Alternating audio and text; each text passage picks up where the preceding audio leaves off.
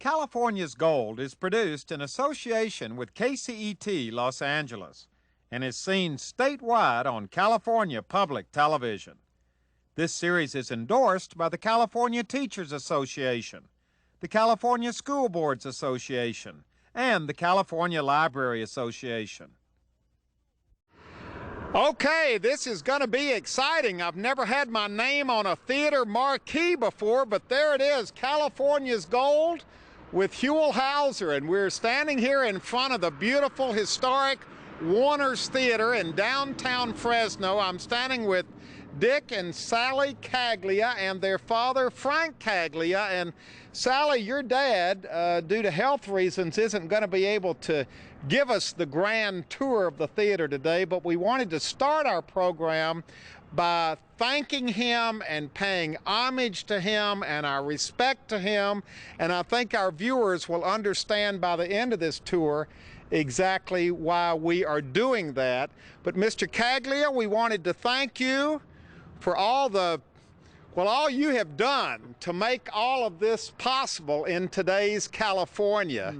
And he really is responsible for the whole thing, isn't he? Yes, he is. We're going to find out the whole story of this theater right now, because this theater, this family, and this man are all fine examples of California's gold.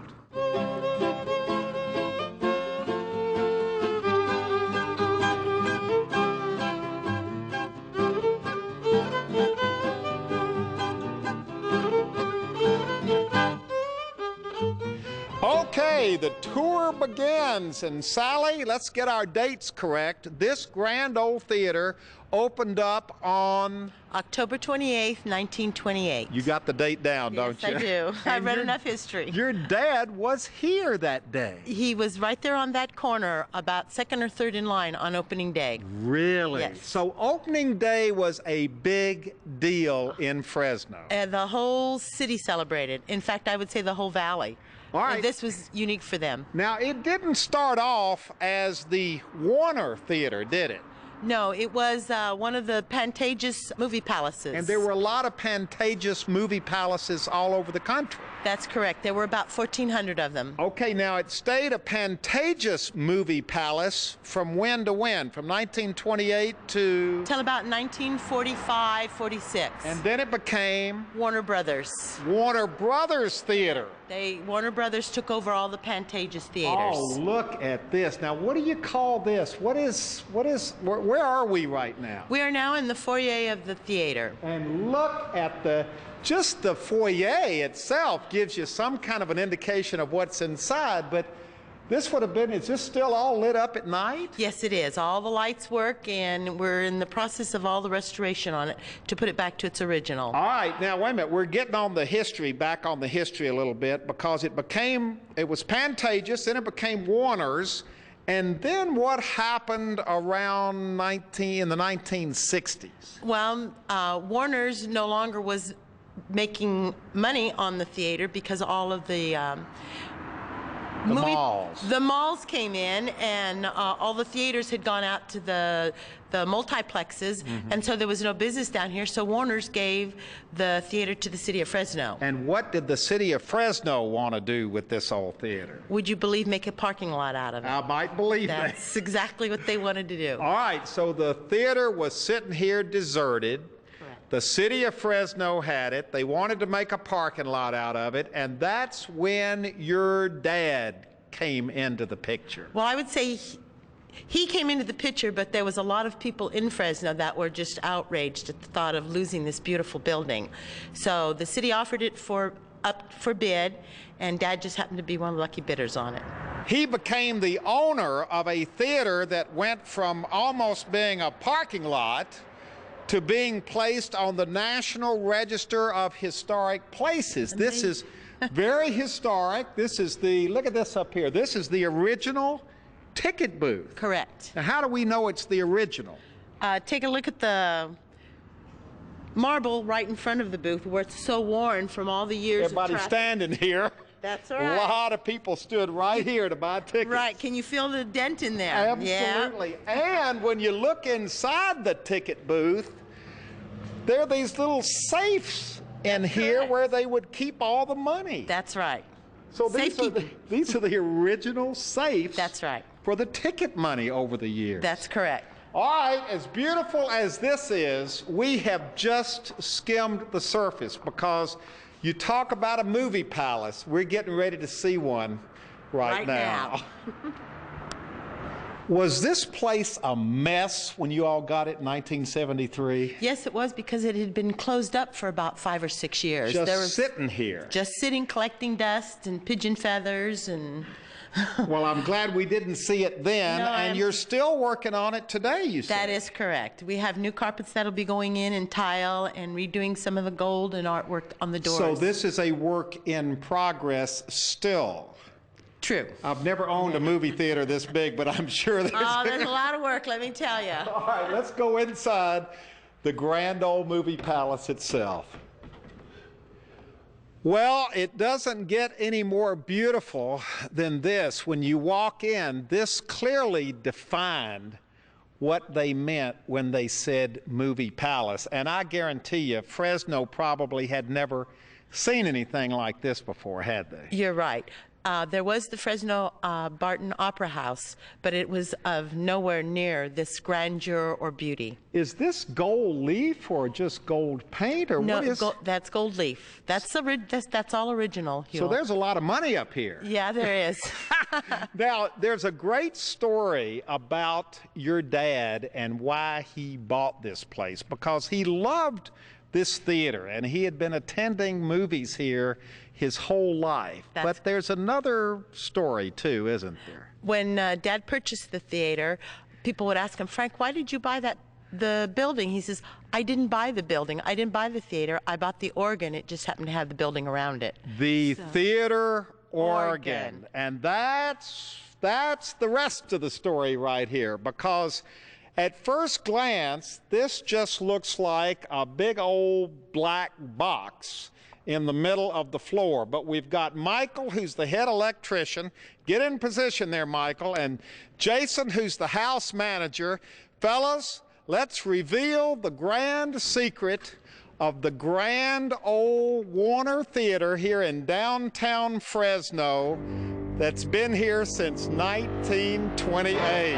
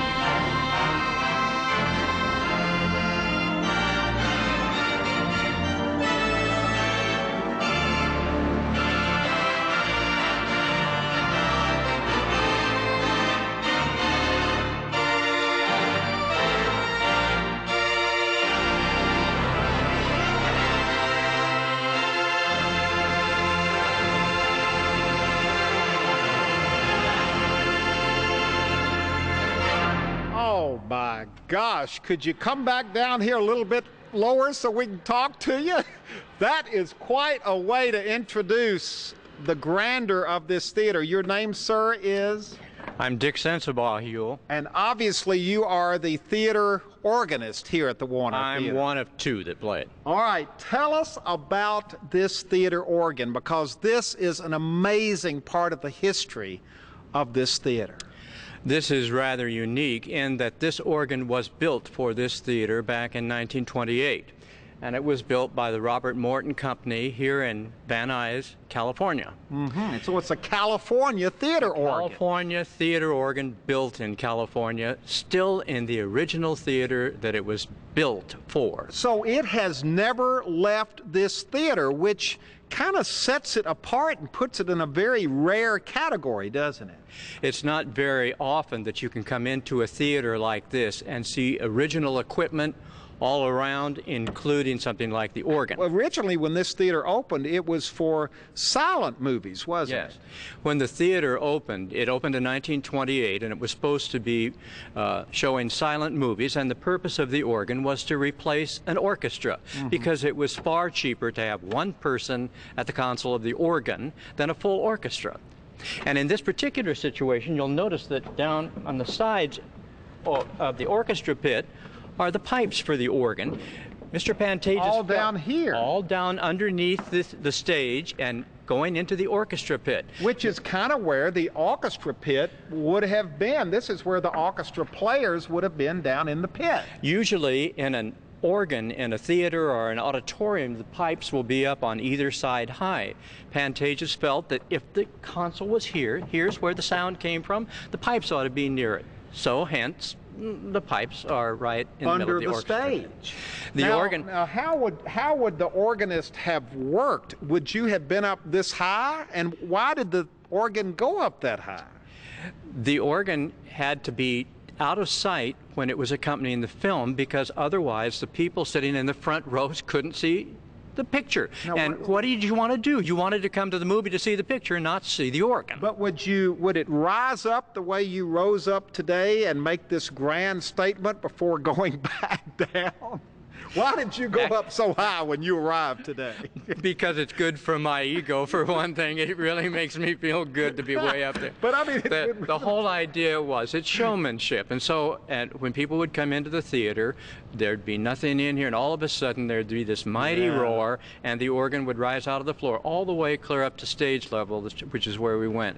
Then when it came time for the show to start, the organ went down again, and it went down far enough so that the top of the organ were... Well, can you go down for us and play a little something as you're going down so we'd get the idea? You can get clear down so you're out of sight, and then, of course, you can still see this is, well, now this cover wasn't here originally, was it? And the cover was put in because there were many people later on, when they saw this open pit, thought, I can do my basketball practicing here in the theater. And jujubes and candy bar wrappers and popcorn ended up on the organ. But in the original days, this wouldn't have been there. You would have been down in here, your counterpart many years before you, and you would have been looking up at the movie so you could see the movie as you were playing along to it. And of course, the whole idea was that the organ was equipped with particular effects, such as...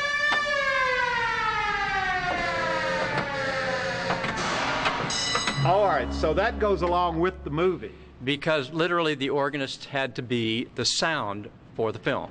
Wow. Well, now today you don't play for silent movies, but today, you play for what? Concerts here? Today the organ is used as an overture for many shows held here in the theater. It's used for special concerts. It's been played by some of the greats in the theater organ world. George Wright was one of the first organists who played here under the sponsorship of all things the American Guild of Organists, the local classical organist. And George did a fantastic concert with this instrument. So this theater organ is probably known all over the country, isn't it? It's one of the grand ones. It's unique. It was one of the last that the Morton Company built. It's 4 manuals and only 14 sets of pipes, but the organ is on tremendous amount of wind pressure, more so than an average organ, theater organ would be. And of course, it makes a tremendous statement when you open it up. It just shakes the wall. Can you make a huge statement for us right now? A statement. Rise up and make a statement, please, sir. Rise up and make a statement.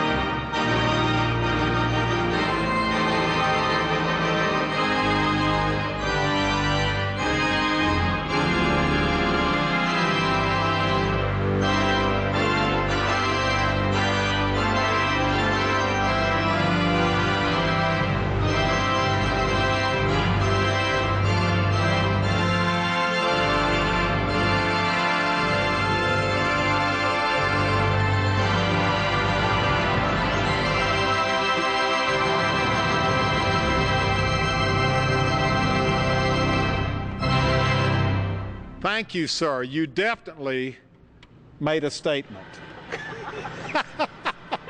And now he's coming back down to our level. Curtain up.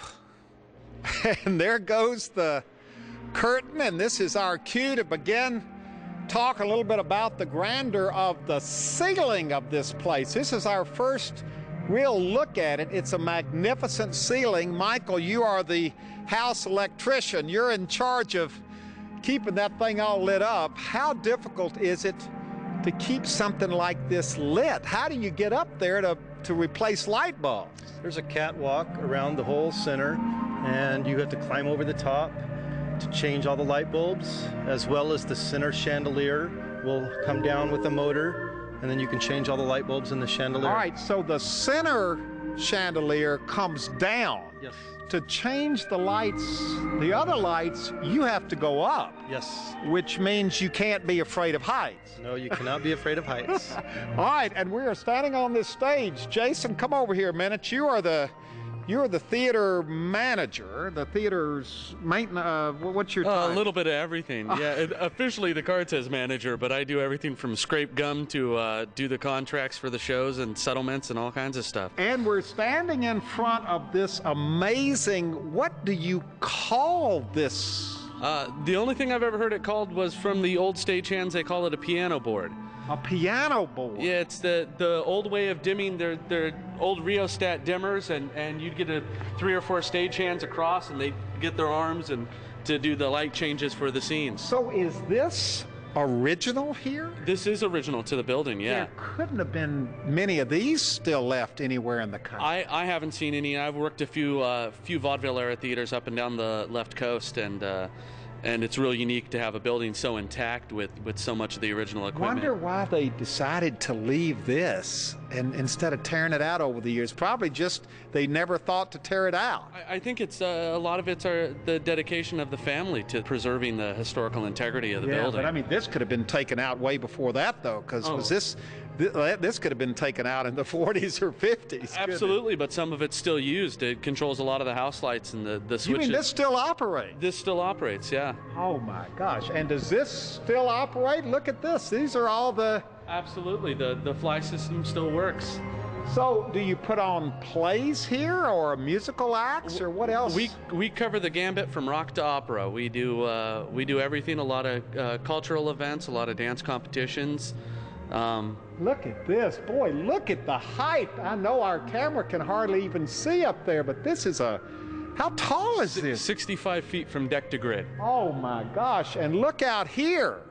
The size of this stage, would this have been vaudeville here? What would have been used? They made it for vaudeville or acts as well as silent movies. Wow, this is the original depth of the stage, yes, too, which was... it's 32 feet.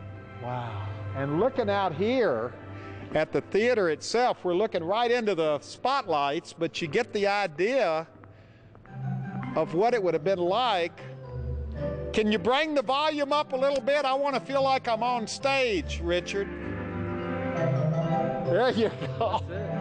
Boy, it really has a great feel up here, doesn't it? It does. It's a great building to come in and work every day. Who gets to have this as an office? Do you wonder what it might have been like here? Must have been like here back in 1928? Yeah, we have a great tradition with a lot of the stagehands. It's same union now that it was back then when it opened, and so I get to hear some of the greatest stories about the building and its history. Because the whole idea of coming here to a movie or any kind of a vaudeville or live performance must just have been the greatest experience in the world. It was. It's a real night out on the town. They didn't have all the TVs and everything that we take for granted as entertainment. So going out to see the shows was what you did. We're coming downstairs, backstage, because, Michael, there's a lot down here to see, isn't there? Yes, there's a whole row of dressing rooms where all the entertainers could dress. The stars dressing rooms. Yes. They're all still here and all intact. Can we go in one of them? Still here and intact. So all of these are dressing rooms. Yes, most of them are. Now, what is this we're going into? Was this a special dressing room? This is one of the larger dressing rooms on the far corners where the major stars would be. Oh gosh, let's go inside here. Oh wow! A dressing room for a major star. Now, what kind of stars do we know, Jason, who would have been here over the years? Over the years, I have seen the playbills from the magician Dante playing here. And we've done everything from Motley Crue to they had their own party down here in the dressing rooms. Motley Crue was yeah. down here. Yeah, it was an entertaining night, to say the least. If these dressing rooms could talk.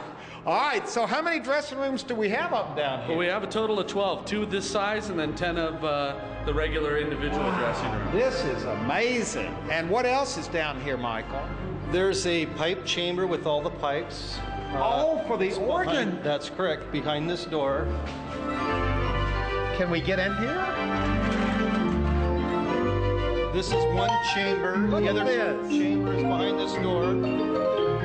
So these are the pipes that he's playing right now. Yes. And this is down at orchestra level. Oh, wow.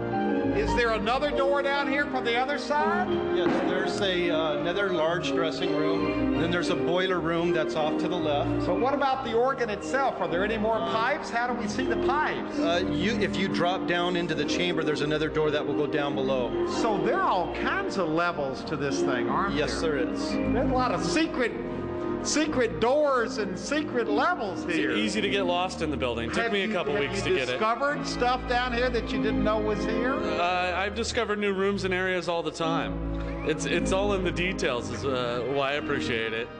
Sally, this is amazing because this theater, how many people does it seat? It seats 2,100. Richard? There we go. Because I mean, to do a story about this theater, you have to have the organ going, don't you? Absolutely, and nobody plays it better than Richard. All right, so are there any bad seats in this theater? No, there are not. What about up in the balcony? Can we go up in the balcony? That's my favorite place. All right, we're going to the balcony. Richard just keeps playing. He doesn't need much encouragement, No, he does doesn't. Fellas, thanks for the tour on stage and understage. Now let's go up to the balcony.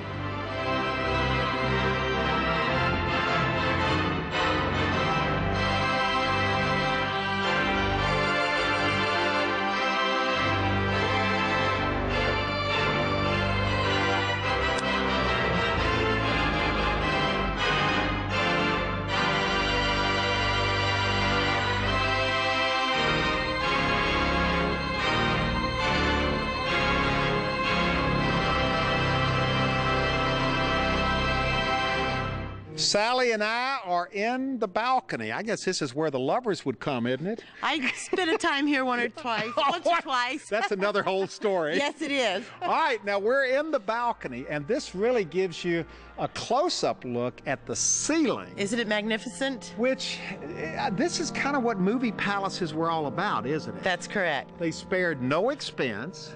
All for the pleasure of the moviegoer or the show concert goer.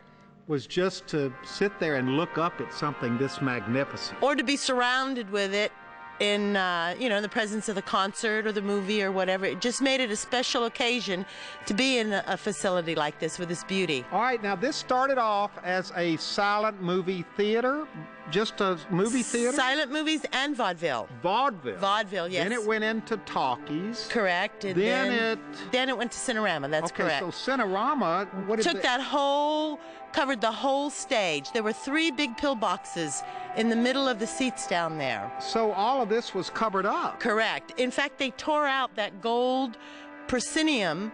On the top, that was torn out? That was completely torn out, and that was restored by California State University Art Department after Dad purchased the theater. So that's been restored, yes. But it's kind of an ongoing problem here, isn't it? Oh, boy, let me tell you. We were standing here a minute ago, and Sally goes, uh-oh. Water leaks. Water leaks. So this is part of the story. How do That's- you keep a theater like this going? Well, as a privately owned facility, it's not very easy. It takes a lot of money to keep, at least just to maintain it at its present state. There's always something going on. Always. Even though the theater was very well built. This thing was Absolutely. built like a bunker, wasn't yes, it was. However, you have to remember that the equipment in it is from 1928. Nothing is energy efficient or modern or economical about it at all. Well, I got to tell you, this has been an absolutely wonderful experience for us. Thank you so much. You're welcome. It's been a delight for us to share it with you. This And theater, which started off as a Pantages theater, Right. then went to a Warnors Theater, Correct. then when your father bought it to save it from becoming a parking lot, technically the name couldn't remain Warners, could it? no, it could not. We had, because of the copyright issue, we had to change the name. So it's now Warners with an O instead of an E. Warnors instead of Warners. Correct. But the theater is still here. And we love it. Yeah. Boy. With all its necessities and work that it takes, we're very proud and privileged to have it and to share it with all of Fresno. Well, and the Valley, as a matter of fact. And especially with you today. Thank and you, with Huell. all of California. Oh, and yes, all of California. Because this theater and this family and what they have done with this theater and how they have preserved it for all of us and for future generations. The wonderful old theater organ, the ceiling, the lighting, all the things that make this such a special place have all been preserved for all of us to enjoy. This old Warnors Theater, this movie palace, which is indeed a fine example of California's gold.